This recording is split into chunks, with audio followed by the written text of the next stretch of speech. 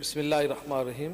Sindh assembly کے قواعد و ضوابط 2013 کے سیکشن 256 کے تحت قرارداد پیش کرنے کی اجازت ہے۔ Okay, allowed.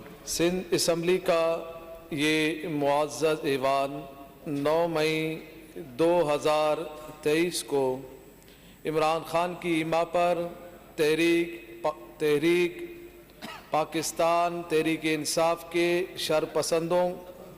شرپسند کارکنان کی جانب سے ملکی اداروں، سرکاری و نجی املاک اور دفاعی تنصیبات پر حملوں کی سخت مذمت کرتا ہے، اور عمران خان اور جن لوگوں نے اس میں حصہ لیا ان سب کے خلاف کارروائی کا مطالبہ کرتے ہیں۔ سر بولنا چاہیں گے کچھ؟ سر اس پہ میں یہ کہنا چاہ رہا ہوں، اسی کنٹینٹس پر اسی موضوع پر ریزولوشن 10 یا 11 تاریخ کو ہاؤس میں آ کے مذمتی قرارداد پاس ہو چکی ہے۔ نہیں، ان کا الگ ہے تو نہیں، ایک ہی سر سیم ہے، نہیں، تھوڑا سا الگ ہے، لیکن تھوڑا سا الگ ہے، کیا ہے تو آپ سن لیں گے تو الگ کوئی مذمتی قرارداد وہ الگ ہو جائے گا۔ بولیں مفتی صاحب، آپ بولیں۔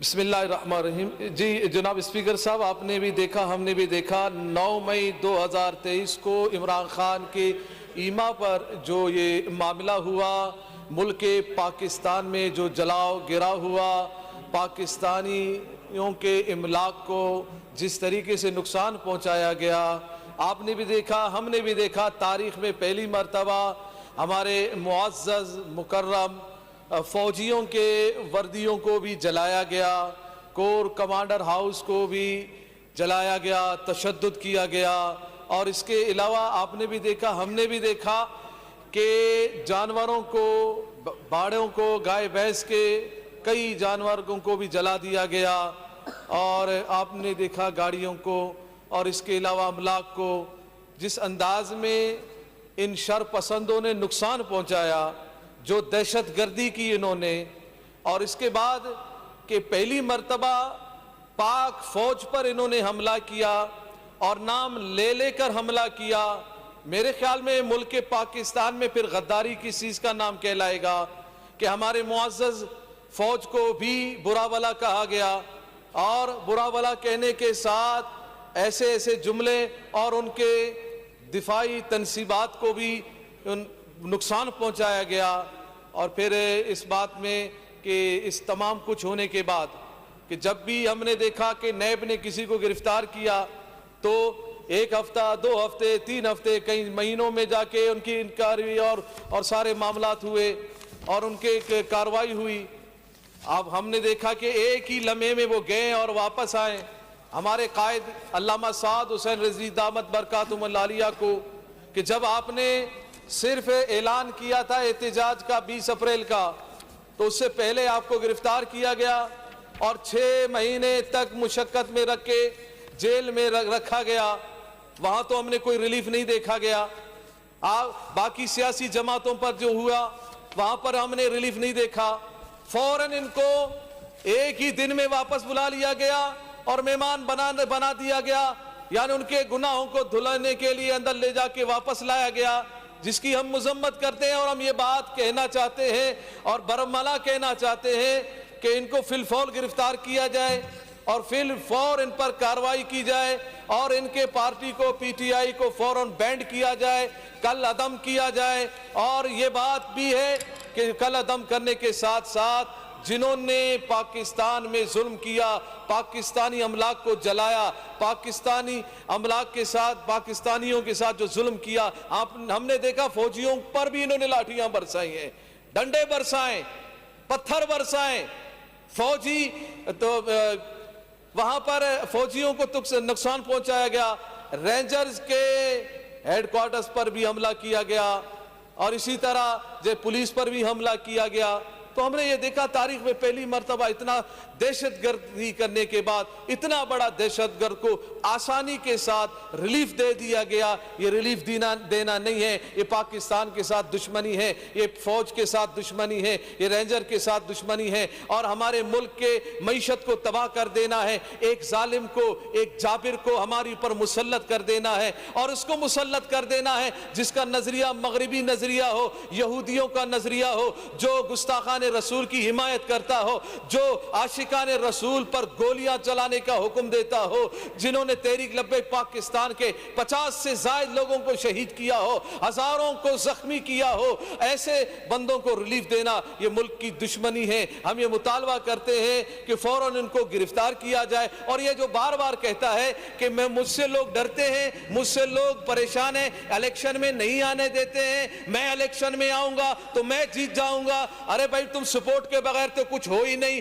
تم تو چل بھی نہیں سکتے. کبھی تم بیٹھ جاتے ہو, کبھی تم اٹھ جاتے ہو, کبھی ویل چیئر پہ نظر آتے ہو, جب ڈنڈا پڑتا ہے تو پھر اٹھ کے اچھل کے کودتے رہتے ہو. تو یہ بات یہ ہے, یہ بغیر کسی سپورٹ کے کچھ ہے ہی نہیں ہے. یہ مغرب کا سپورٹ ہے ان کو, امریکہ کا سپورٹ ہے ان کو, یہودیوں کا سپورٹ ہے ان کو.